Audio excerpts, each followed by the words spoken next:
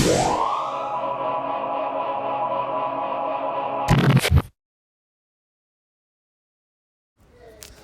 right, good morning and howdy.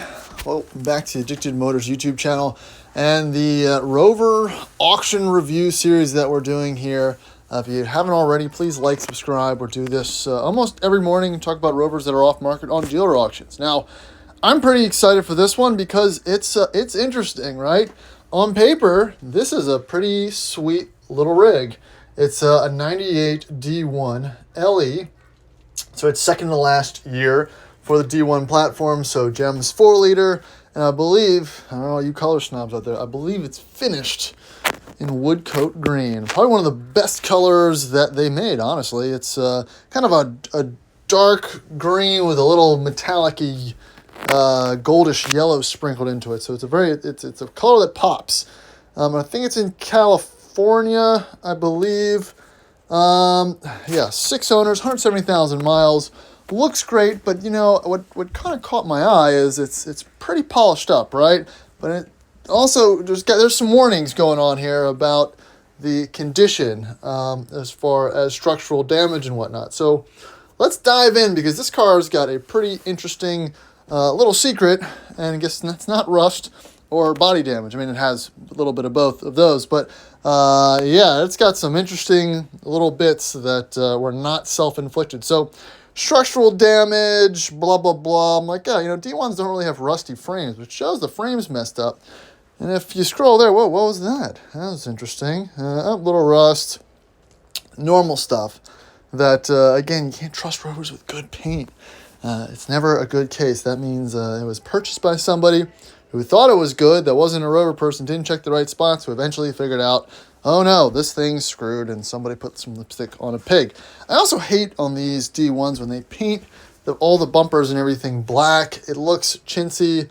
The plastic right there, I don't know, this looks odd. It should be that kind of gray color, unless it's a special body coated or body match paint. I can't tell, but again, great color, good wheels, fitted with some BFGs. Look at that color, man. That just pops. Odd little placement of Land Rover stickers and whatnot and emblems. Looks like it's probably missing that light mount because that light's popping in a little bit more than it should. People replace the bulbs and just never put that little rectangular piece of holding back in there anymore. All right, so it's got a whittle wada. And whoa, those aren't holes. Those are holes. Those are not dents. Let's see, a couple more there. So, folks, those are bullet holes. And they're bullet holes that kind of went in at an angle through the quarter panel and out the back. And those aren't 9mm bullet holes. Those look a little bigger. That's like a 223 or a 7.62 or something a little more beefy. And it's only in the rear quarter, which is interesting, like somebody was hiding back there or something. And I think that is what's giving it the structural damage call, potentially. Here's the inside. Great brown leather. It's got the updated door cards because of the, obviously because of the year. Good wood, good interior. Got a couple, check engine light and whatnot on. That all looks good. It looks pretty functional. Original radio.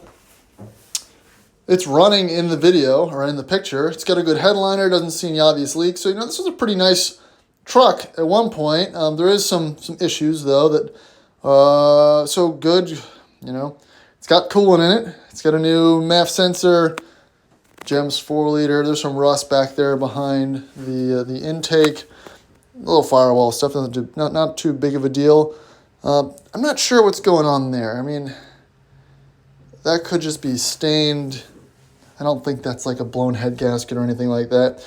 You got keys and a clicker, a little bit of rust. That color looked a little bit different, but yeah, back to the damage of the firing squad that messed this Rover up. So I would 100% buy it with that little bit of damage, but it would probably throw off most buyers because it is a good color. It adds a little quality. There's some rocker rust too. I can't imagine this car lived its whole life in California, but it's drivable, it has structural damage, and no prior paint.